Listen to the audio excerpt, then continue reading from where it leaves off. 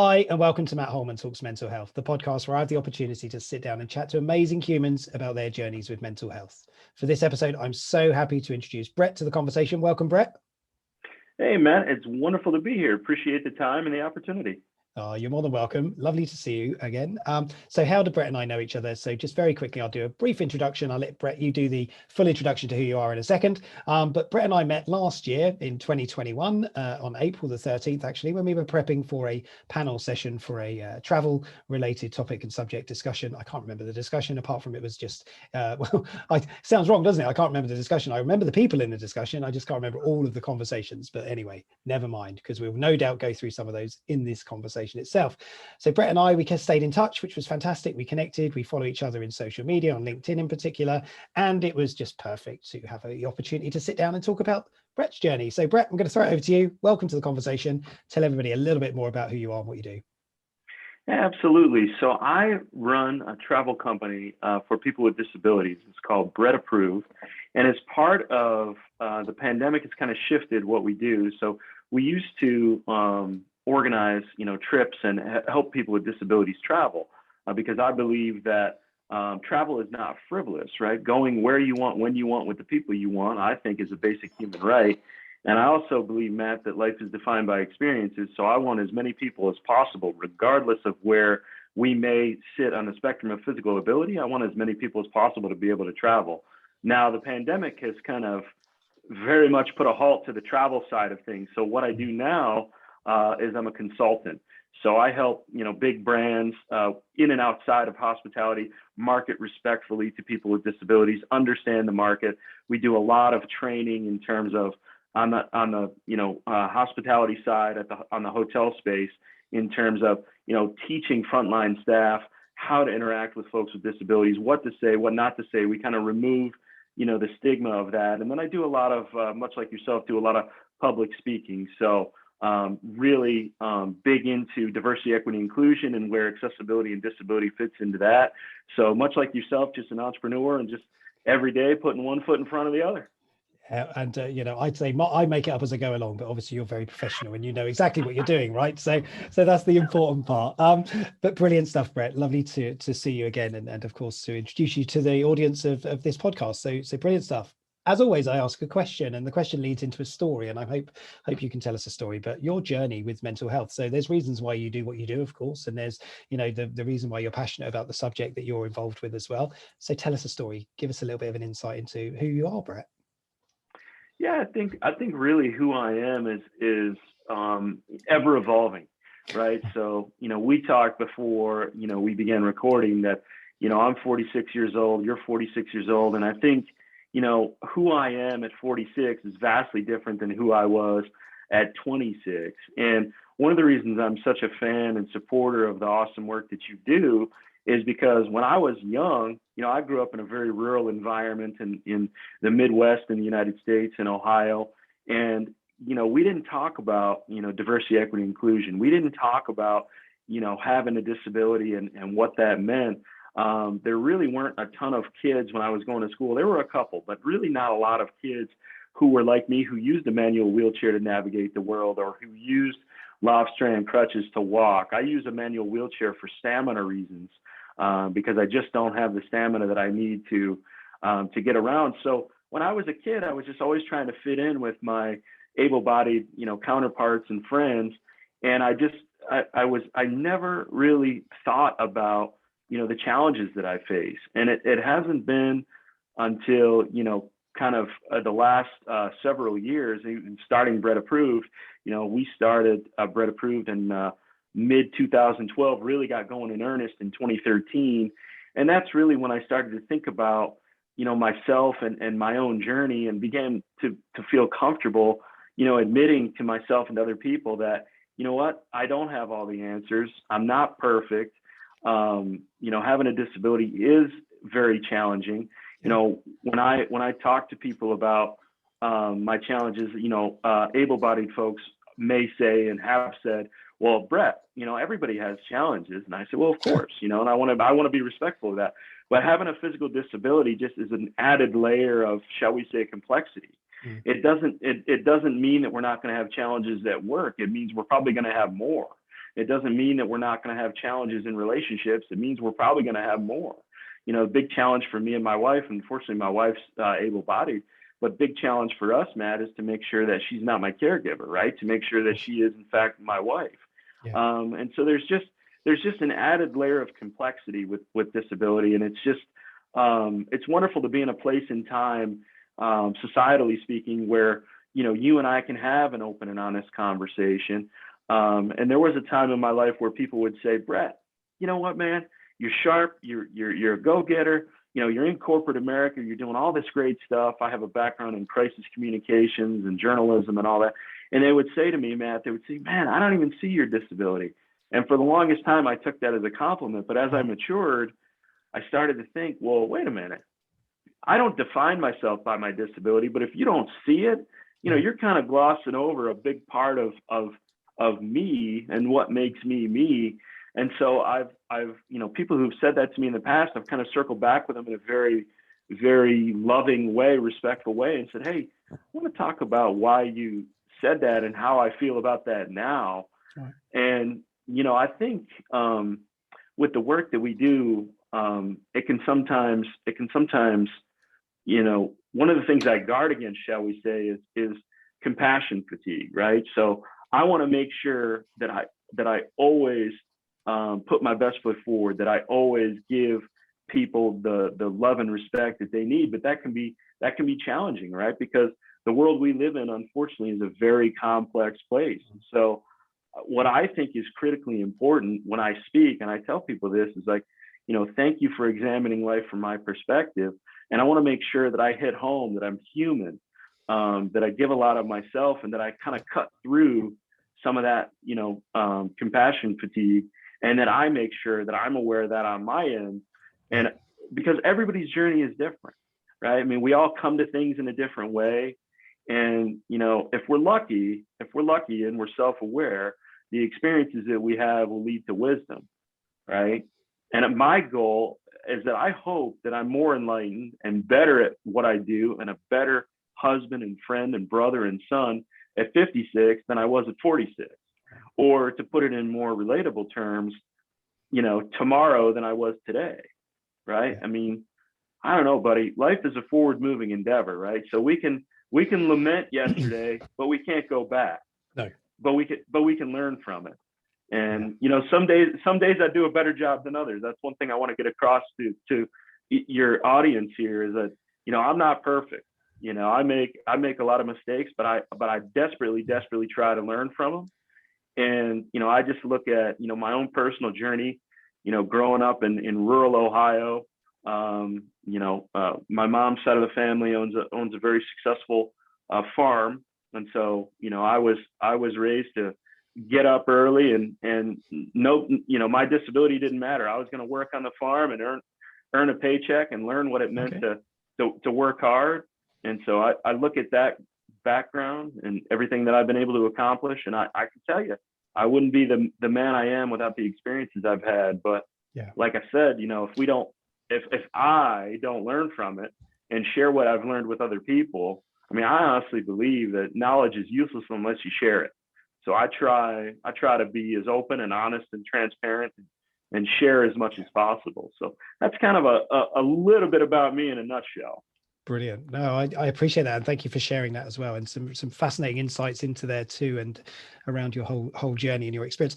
Can I ask you some questions around some of those elements? I hope it's okay to sort of delve a little bit deeper, maybe. But sort of the harder moments in growing up for you, what sort of things sort of spring to mind when you think about some of those harder moments that you might have, challenges you might have come across?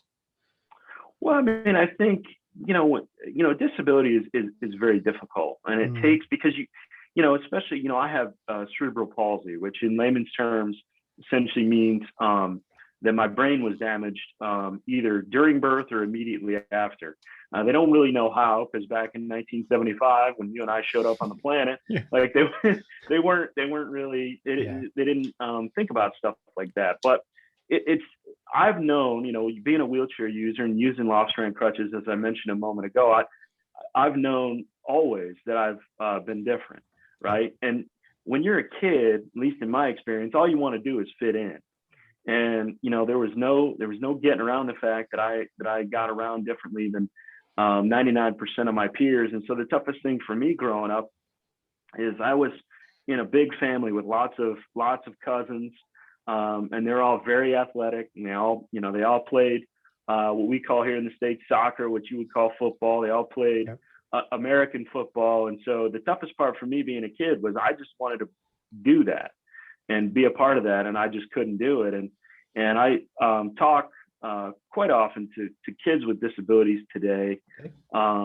And they always say, like, well, hey, how come you didn't do wheelchair rugby when you were a kid? Or how come you didn't play this or that or the other? And it's because it wasn't a thing. It wasn't around.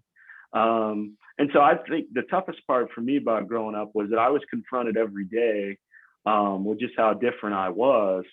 And, so I kind of compensated for that by trying to be as jovial and outgoing as possible. Now, that's naturally part of my personality. So I'm very fortunate in that way. But man, it was tough. It was tough because nobody talked about bullying back then, and there's a lot of things, I have a very wonderful relationship with my parents. I talk to them probably 4 or 5 times a week. They've, turned into 2 of my best friends. They've been married for more than 50 years. But there's still things that, happened to me as a kid that I don't talk to them about because in the moment they couldn't do anything about it. And they definitely can't do anything about it now, but just being different is not easy. Cause like back when we were kids, nobody celebrated differences, right? I mean, at least where I grew up. And so I just remember just always trying to fit in and just being absolutely exhausted at the end of the day, putting so much energy and effort into minimizing the differences between me and my classmates or me and my friends, that just at the end of the day, it was just exhausting. And as a kid, you don't have the mental capacity to wrap your mind around that. But as I reflect on it as an adult, it was a lot of work. But that said, I mean, I grew up in a very loving environment. I mean, it's shaped who I am. It's given me I always say that you can't appreciate where you are, anticipate where you're going unless you respect where you're from. And I definitely respect where I'm from because it's made me the man I am. But yeah, growing up was not always the easiest.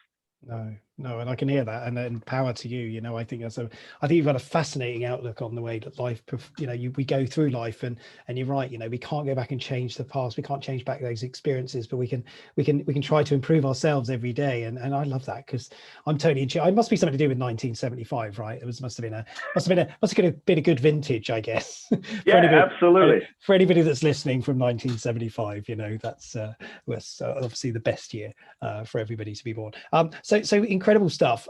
In terms of sort of developing throughout, then sort of going from those younger years into sort of adulthood, and sort of that you started to see some of those changes and challenges in the workplace. Corporate America is something you described.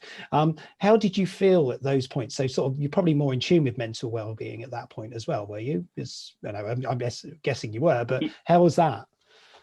Yeah, I think what I've kind of come to realize in the past couple of years in terms of mental health is there's a real, at least for me in my sphere, there's this kind of this like toxic positivity, right? Like, having a disability, like, we're all supposed to inspire. We're all supposed to like, hey, good for you, and like, listen, people with disabilities, we don't exist to make able-bodied people feel better. I mean, we're just like everybody else. We're doing the best we can with what we have. And it is very challenging. And so I think just, as I've matured, just being able to say to myself, like, it's okay to admit to myself and to be vulnerable to you and to your listeners. Like, life isn't always great. I'm in a lot of physical pain every day. Hopefully, if I do things correctly, you don't know it unless I tell you. But it does impact things. And every once in a while, it's okay to hit the pause button and say, like, I don't have to project this perfect image. I can admit to myself and to others that this situation does suck sometimes, and that's okay. So I think just, we all have people in our lives, Matt, who when you ask them how they're doing, they go, hey, I'm great. Yeah. I'm great. And that's like, to me, if that's where they are at their mental health journey at this point in time, that's fine. Mm. But, I can tell you that I love you, or I can show you, right? And one of the ways that I show you is by, if you ask me a question, like just like prior to recording, we had an awesome conversation. Yeah. How's it going? Well, these things are challenging, right? And like, just to be able to look another man in the face and say that, because like, especially as men, like, we're supposed to have, excuse me, we're supposed to have all the answers. We're supposed to, and it's okay to admit that we don't. And that's kind of the biggest takeaway that I've had in the last few years in terms of my own mental health. It's like, I don't have to have all the answers, because in corporate America, I never ever talked about my disability, right? I'm showing you my hands. We're on camera right now. My hands look pretty typical, but I have a heck of a time holding a pen. So sometimes, in meetings, I would have people who work for me take notes, and I would never tell them. I would just be like, hey, it's your turn to take notes. And I Great way to shift it. Yeah. I would never tell them that my hands hurt today, because I just wanted to continue to climb that ladder and achieve my goals. And I wanted to be judged by my mind. Your body, I believe your body is just a cradle for your mind. And even something like, again, I always wear dress shirts with the cuffs rolled up. If you said to me, Brett, we're not going to leave this room until you button your cuffs of your shirt, well, you better buckle up, man, because we're going to be there a while. So and so it's just those little things that I never would have admitted to anybody. And what I love about the corporate consulting that I'm privileged to do now is that we're having those conversations in corporate America. We're saying, let's include disability in diversity, equity, inclusion. Let's allow employees to bring their whole selves to work. Let's make sure that's not just a slogan, but let's make sure that we have employee resource groups and we have mechanisms in place that people can be their true selves. They can be in a safe environment and admit when they're having a bad day. Because when I was coming up, before I started my company, I never did that. I put a tremendous amount of pressure on myself to be perfect. If we have, 3 able-bodied cisgendered white candidates for a job, and the hiring manager is also a white able-bodied cisgender man, and the 2 candidates are that, and then there's somebody in a wheelchair, chances are that hiring manager is going to hire somebody who looks like they do, right? Because if it doesn't work out with that person, c'est la vie. But if they take a chance on me and it doesn't work out, all too often, all of a sudden they're having a conversation with their boss, right? And they don't necessarily want to do that. And so I put a tremendous amount of pressure on myself when I was a younger man to be perfect. And like, that's not healthy. And so I'd beat myself up if I made a mistake. And now what I've learned is, like, it's okay. Everybody makes mistakes. Do I want to repeat them? No. But if I'm self-aware and I learn from them, that's all I can ask of myself. That's all I can ask of the people who work with me and for me.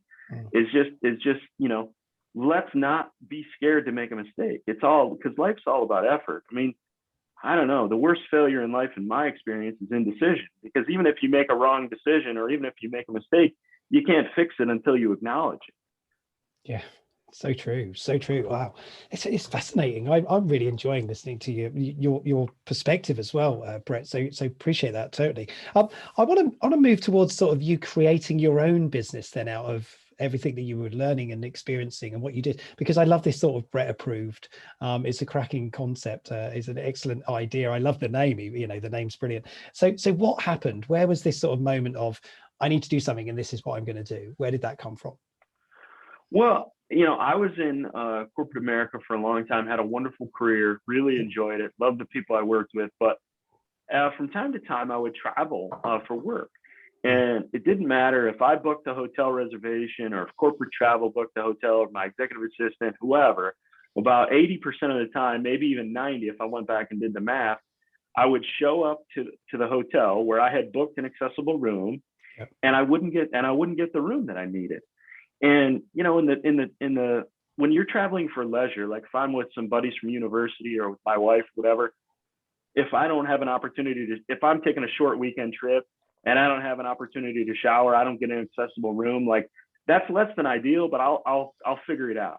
Yeah. But when the lack of a shower, affects how you are, your mental health as you prepare for a meeting. Yeah. And usually I was in some pretty high stakes meetings with people who'd never worked with folks in a chair before. So I naturally wanted to put my best foot forward. Yeah. And when you don't have the room that you need and you can't shower, you can't prepare, because I'm a big believer, my friend, when you look good, you feel good. Yeah. Of right. Course. Yeah. And so, I always joke around. I always put gel in my hair, always a spritz of cologne, and when you don't get a chance to do that, you're not at your best. Mm-hmm. And I kind of grew tired of overcoming that objection. And, I thought to myself, well, in the short term, I could get mad at the hotel employees, but they don't really, they're typically in hospitality, the people at the front of the house in a hotel, they're making the least amount of money and they have the least amount of experience. So it might feel good for a nanosecond to kind of, give them the business, but that's not changing anything. So I started Brit Approved because I honestly, I say this in jest, but it's the God's honest truth. Like I started a company because I wanted to take a shower when I traveled. Well, that's right? incredible. Yeah. Why not? And I just, I grew tired of that. And so really what, pre-pandemic, that's what we did. We helped people travel for fun or for business. We made sure that they got the room that they needed, because in the States with the Americans with Disabilities Act, in a 100-room hotel, there only has to be one room with a roll-in shower. So, if you ever came to Phoenix and you said, hey, where can I stay? In that 100-room hotel, you could stay anywhere.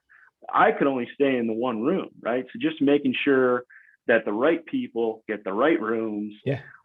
That's really honestly my motivation. And then from there, the consulting and everything that I've been fortunate to do has just kind of grown organically from there. And I love, there's nothing makes me happier than, pre-COVID, being with a group of people who want to learn, who have open minds and open hearts. And I always say the same thing, thank you so much for taking a little bit of time to examine life from my perspective. And like, it's the coolest thing, Matt, when you see that light bulb go on and you get a hug at the end of the presentation.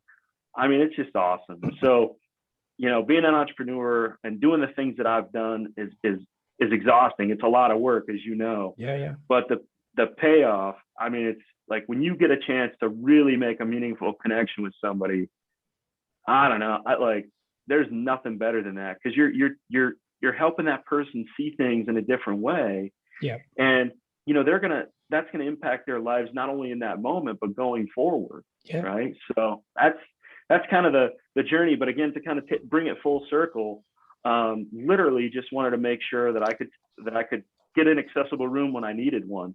And it's still a challenge that we have today.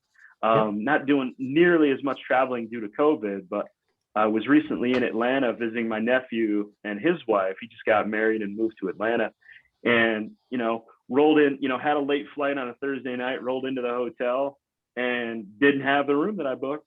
And, Drake, my nephew, was like, hey, Uncle Brett, isn't this exactly why you started Brit Approved? Yeah. I said, yes, it is. Yes, it is. Did you pass over a card?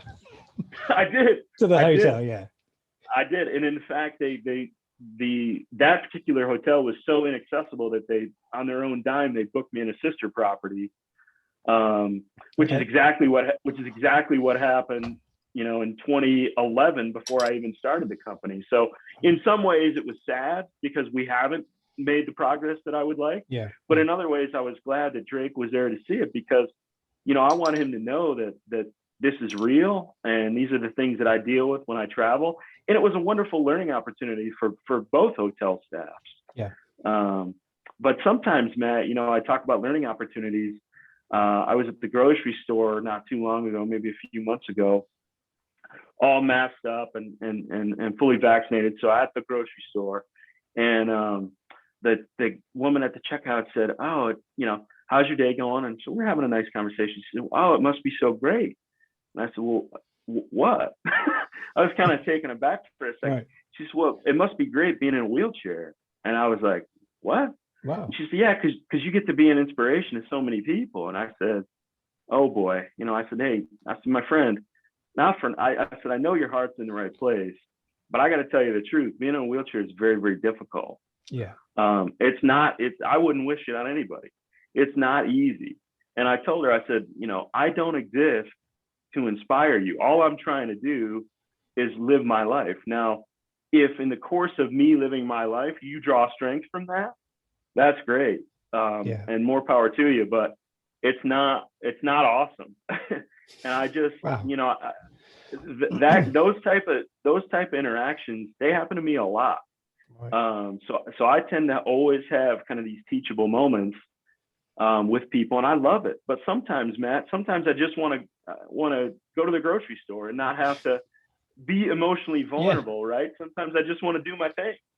So yeah, bit of shopping, right? Just get the things exactly. you need. Yeah, without exactly. Oh my gosh, it is genuinely fascinating to sort of to hear those sort of experiences that you've been through or you're going through, and and often we don't even consider them, do we? And no doubt the person who was sat opposite you, and that lady who was sat at the checkout, there was no malice in what she was asking or saying. She genuinely felt it as a, I just want to say something that supports you, but Yep. doesn't necessarily interpret that way, right?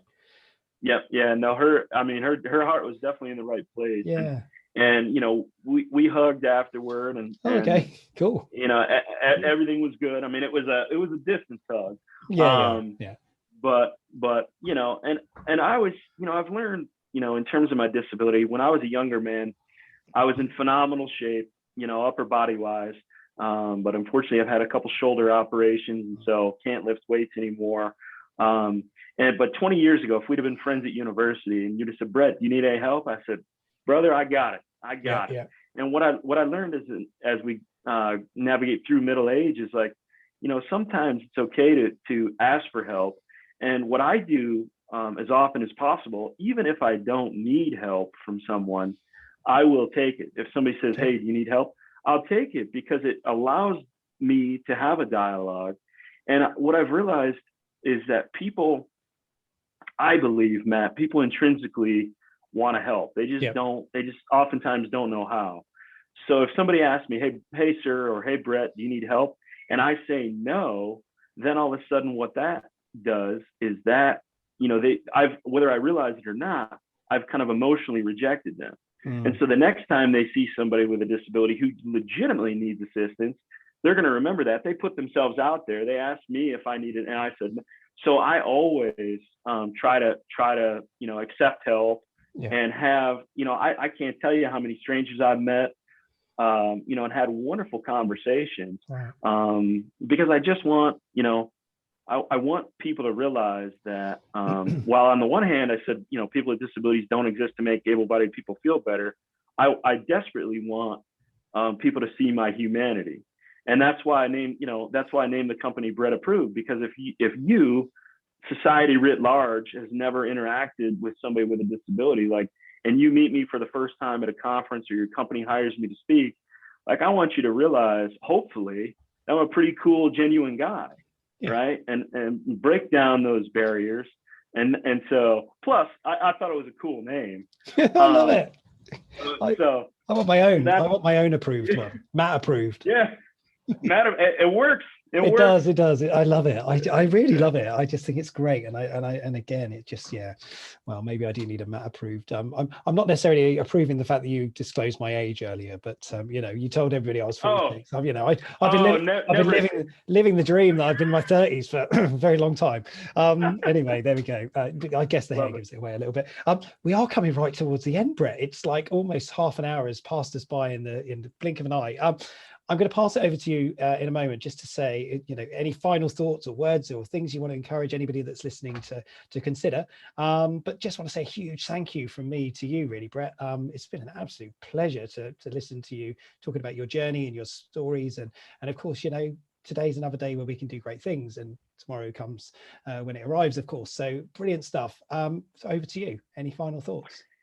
Yeah, no, I've really, really enjoyed the conversation, our time together. I genuinely value our friendship, and I think, just the fact that we're able to talk so openly and honestly, speaks to where we are in 2022.